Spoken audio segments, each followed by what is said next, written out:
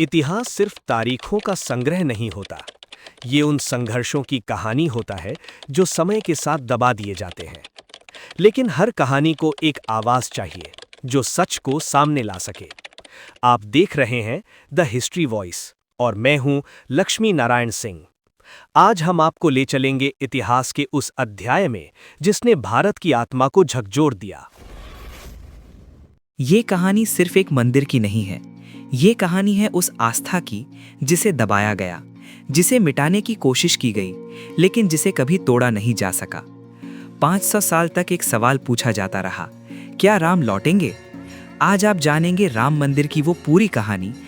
अयोध्या, भारत की सबसे प्राचीन जीवित नगरी। यहीं जन्म हुआ मर्यादा पुरुषोत्तम भगवान श्री राम का।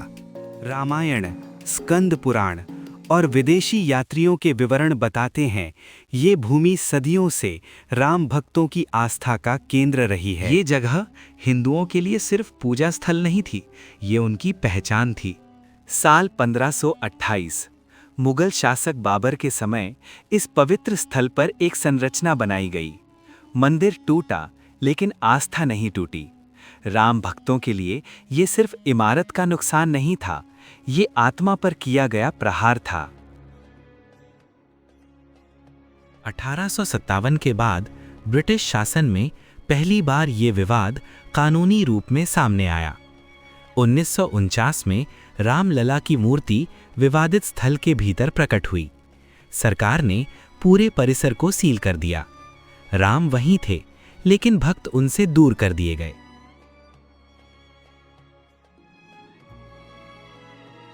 कल्पना कीजिए, जहां भगवान हों लेकिन ताले लगे हों, जहां आरती होनी चाहिए वहां अनुमति लेनी पड़े।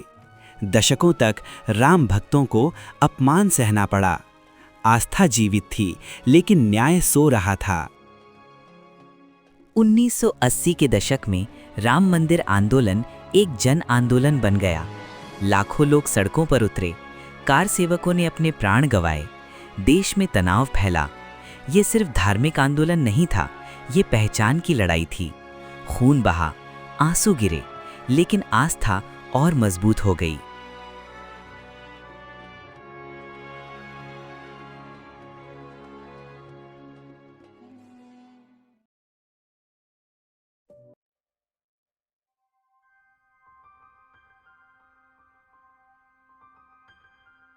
एक 134 साल की इस लड़ाई में सबसे बड़ा सवाल अब भी बाकी था।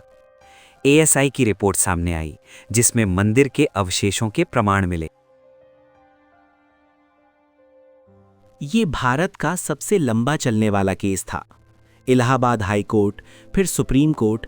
एएसआई की रिपोर्ट आई, जिसमें मंदिर के अवशेषों के प्रमाण मिले। 3 पीढ़ियां बदल गईं, लेकिन केस चलता रहा। हर सुनवाई के साथ उम्मीद और टूटन दोनों बढ़ती रहीं। 5 अगस्त 2020 भूमि पूजन हुआ, लेकिन कहानी यहाँ खत्म नहीं हुई।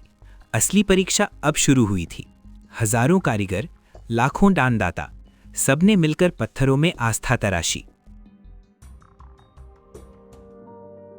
9 नवंबर 2019 भारत के सर्वोच्च न्यायालय ने ऐतिहासिक फैसला सुनाया। पूरा विवादित स्थल राम मंदिर के निर्माण के लिए मुस्लिम पक्ष को 5 एकड़ वैकल्पिक भूमि। यह फैसला संविधान, साक्ष्य और सामाजिक संतुलन का उदाहरण बना। जब सपना साकार हुआ तो आंखें नम होना तय था। एक आखिरी बात जो इस पूरी कहानी का सार है, राम मंदिर सिर्फ एक मंदिर नहीं, ये भारत की आत्मा है, भारत का स्वाभिमान है।